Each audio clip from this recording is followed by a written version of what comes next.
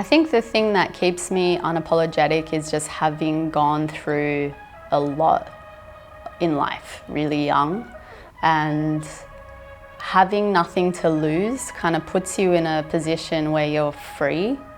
I wish it didn't take that degree for someone to feel freedom. Hi, my name is Tania Safi and I am an Arabic Australian video journalist and producer, currently based in Sydney. I think I am always the person at a table or a party who wants to talk about something deep and meaningful. I actually found journalism through living in Lebanon in my early 20s. That was my first time visiting Lebanon as an adult. I'd been many times as a kid, but it's such a different thing to go alone.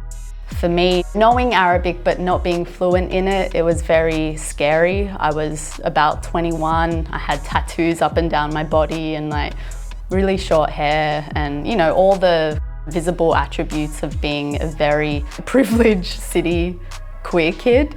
But it was through that move that really prompted me to start telling stories, because a war broke out while I was living in Tripoli with my grandmother. It was one of the most horrifying experiences, and I really wanted to share that story because I guess it became so much more real, what my parents went through.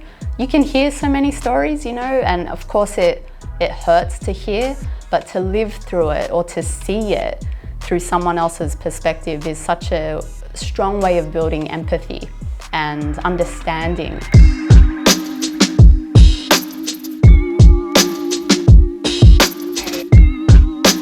When I was living in London, I started pre-production for a video series called Shway Shway, which translates to little by little or slowly, slowly. And I needed it to feature change makers, NGOs, individuals, people who were doing something with close to nothing in Lebanon, because it's stories like that we never hear about.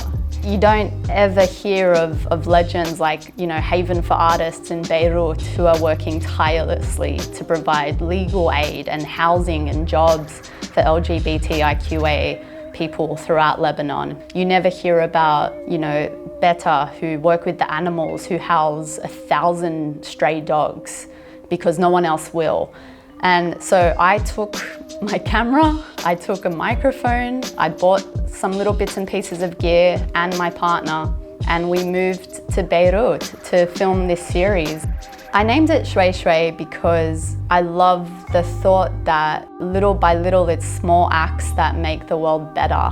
We can't possibly change it overnight, but we can change the world for one person, one animal, and that adds up. It quantifies into something that people will never forget. That's what I think the beauty is of getting people to tell their own story rather than me telling it for them. There were many moments when I was in Lebanon that struck me in the heart. There were days where it was really hard emotionally.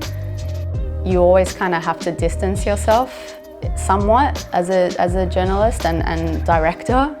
To me, it was the most fulfilling thing I could be doing with my time and life and platform. I have never thought too much about my identity, except when it comes to my heritage. It's something that I really protect. But again, I've been very lucky in that I can kind of be who I am without too much concern. And to me, with that comes a responsibility to be able to help others talk about the identity that they're striving for.